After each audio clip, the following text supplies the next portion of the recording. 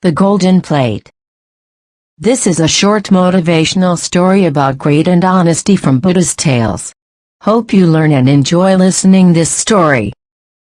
Before we start the story, if you haven't yet subscribed to our channel, please subscribe and share it to your friends and family for more stories like this.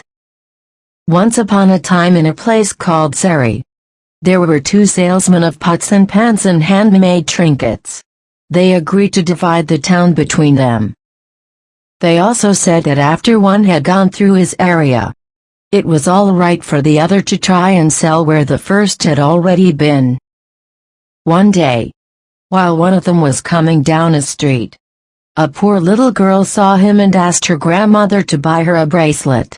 The old grandmother replied, "How can we poor people buy bracelets?" The little girl said, "Since we don't have any money, we can give our black sooty old plate." The old woman agreed to give it a try. So she invited the dealer inside.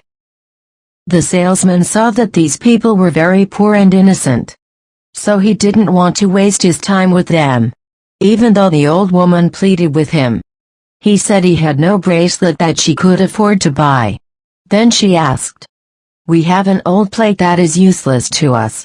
Can we trade it for a bracelet?" The man took it and, while examining it, happened to scratch the bottom of it. To his surprise, he saw that underneath the black soot, it was a golden plate. But he didn't let on that he had noticed it. Instead, he decided to deceive these poor people so he could get the plate for next to nothing. He said, "This is not worth even one bracelet. There's no value in this. I don't want it." He left, thinking he would return later when they would accept even less for the plate. Meanwhile, the other salesman, after finishing in his part of town, followed after the first as they had agreed. He ended up at the same house. Again, the poor little girl begged her grandmother to trade the old plate for a bracelet. The woman saw that this was a nice tender-looking merchant and thought, "He's a good man, not like the rough-talking first salesman." So she invited him in and offered to trade the same black sooty old plate for one bracelet.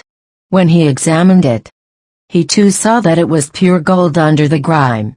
He said to the old woman, "All my goods and all my money together are not worth as much as this rich golden plate." Of course, the woman was shocked at this discovery. But now she knew that he was indeed a good and honest fellow. So she said she would be glad to accept whatever he could trade for it. The salesman said, "I'll give you all my pots and pans and trinkets, plus all my money, if you will let me keep just 8 coins in my balancing scale." With its cover to put the golden plate in, they made the trade. He went down to the river, where he paid the 8 coins to the ferryman to take him across. By then the greedy salesman had returned, already adding up huge imaginary profits in his head. When he met the little girl and her grandmother again, he said he had changed his mind and was willing to offer a few cents, but not one of his bracelets, for the useless black sooty old plate.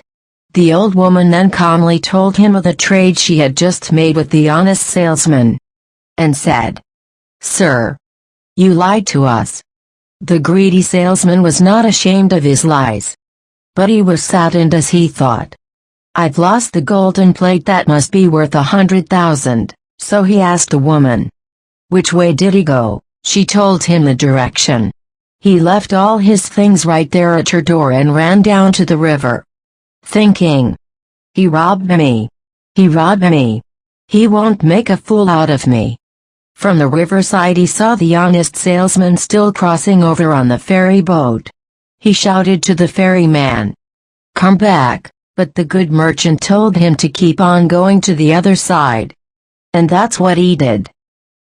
Seeing that he could do nothing, the greedy salesman exploded with rage.